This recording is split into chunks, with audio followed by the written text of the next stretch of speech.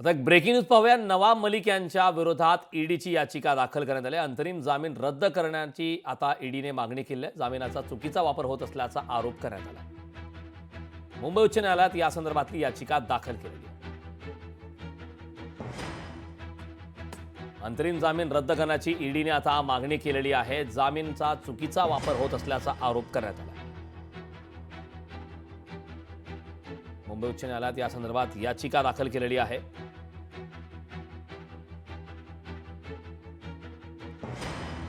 नवाब मलिक यांच्या विरोधात ईडीची याचिका आता दाखल करण्यात आलेली आहे। आताची मोठी बातमी समोर येते। अंतरिम जामीन रद्द करण्याची आता ईडीने मागणी केलेली आहे। जामिनाचा चुकीचा वापर होत असल्याचा आरोप करण्यात आला आहे। मुंबई उच्च न्यायालयात ही याचिका आता दाखल करण्यात आली आहे।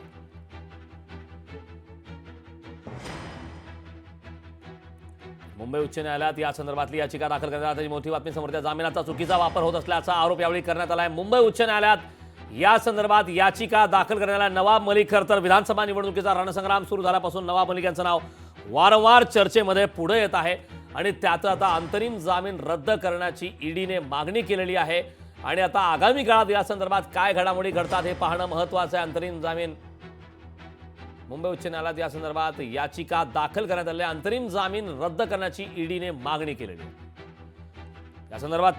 या संदर्भात ताजे अपडेट देण्यासाठी आपले प्रतिनिधी भूषण शिंदे आपल्यासोबत जोडलेत। भूषण, नवाब मलिक यांच्या विरोधात ईडीची याचिका आता दाखल करण्यात आली। अंतरिम जामीन रद्द करण्याची ईडीने मागणी केली आहे। काय या संदर्भात सविस्तर माहिती आहे?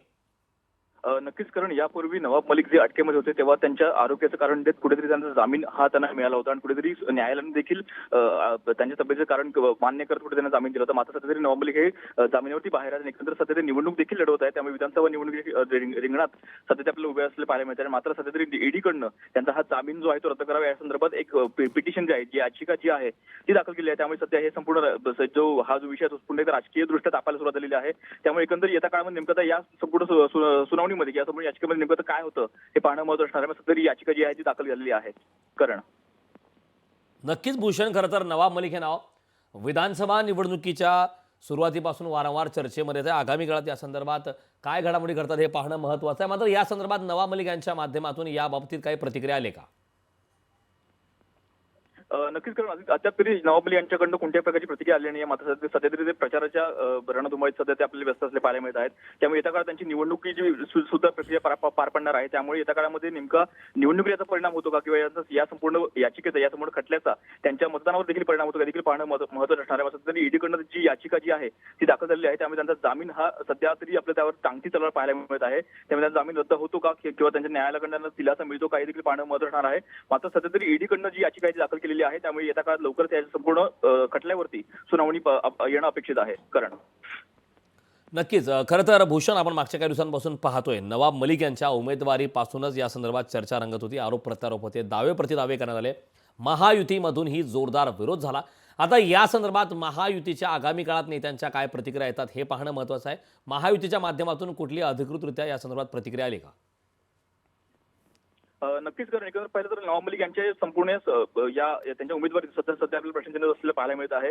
एकंदर भाजप असेल किंवा शिंदेची शिवसेना असेल, या दोन्ही पक्षांनी त्यांना त्यांच्या उमेदवारीला कडाडून विरोध केला होता। मात्र तरीही अजित पवार यांच्या राष्ट्रवादी काँग्रेस पक्षाकडून त्यांना उमेदवारी देण्यात आली होती। मात्र तरीही अजित पवार यांच्याकडून जेव्हा सांगण्यात आलं की त्यांच्यावर जे आरोप आहेत ते सध्या सिद्ध झालेले नाही, त्यामुळे त्यांना आम्ही उमेदवार देत आहोत अशा प्रकारे त्यांच्याकडनं आपल्याला माहिती मिळाली होती। त्यामुळे येत्या काळामध्ये त्यांच्या संपूर्ण उमेदवारी सध्या आपल्याला प्रश्नचिन्ह उभं पाहायला मिळत आहे। अद्याप भाजप आणि शिंदेच्या शिवसेनेकडनं कोणत्याही प्रकारची प्रतिक्रिया आली नाहीये। मात्र सध्या तरी या संपूर्ण जो विषय आहे त्यावर आता आयतं कोलीत हे आता शिंदेच्या शिवसेनेकडे आणि भाजपकडे आपल्याला आलेलं पाहायला मिळत आहे। त्यामुळे येत्या काळात त्यांच्याकडून सुद्धा या संपूर्ण प्रकरणावरून पुन्हा एकदा प्रश्न किंवा पुन्हा एकदा वाद होण्याची शक्यता आहे। त्यामुळे येत्या काळात सुद्धा या संपूर्ण याचिकेवरून वाद आणि अनेक चर्चा सुद्धा आपल्या होताना पाहायला मिळतील। करण नक्कीच भूषण, याबाबतीत आगामी काळात काय घडामोडी घडतात हे पाहणं महत्त्वाचं आहे। याबाबतचे वेळोवेळी ताजे अपडेट आपल्याकडनं घेतच राहू। मात्र तुर्तास या महत्त्वपूर्ण अशा माहितीसाठी खूप खूप धन्यवाद। लोकशाही मराठी ऐका, पहा, जागरूक रहा।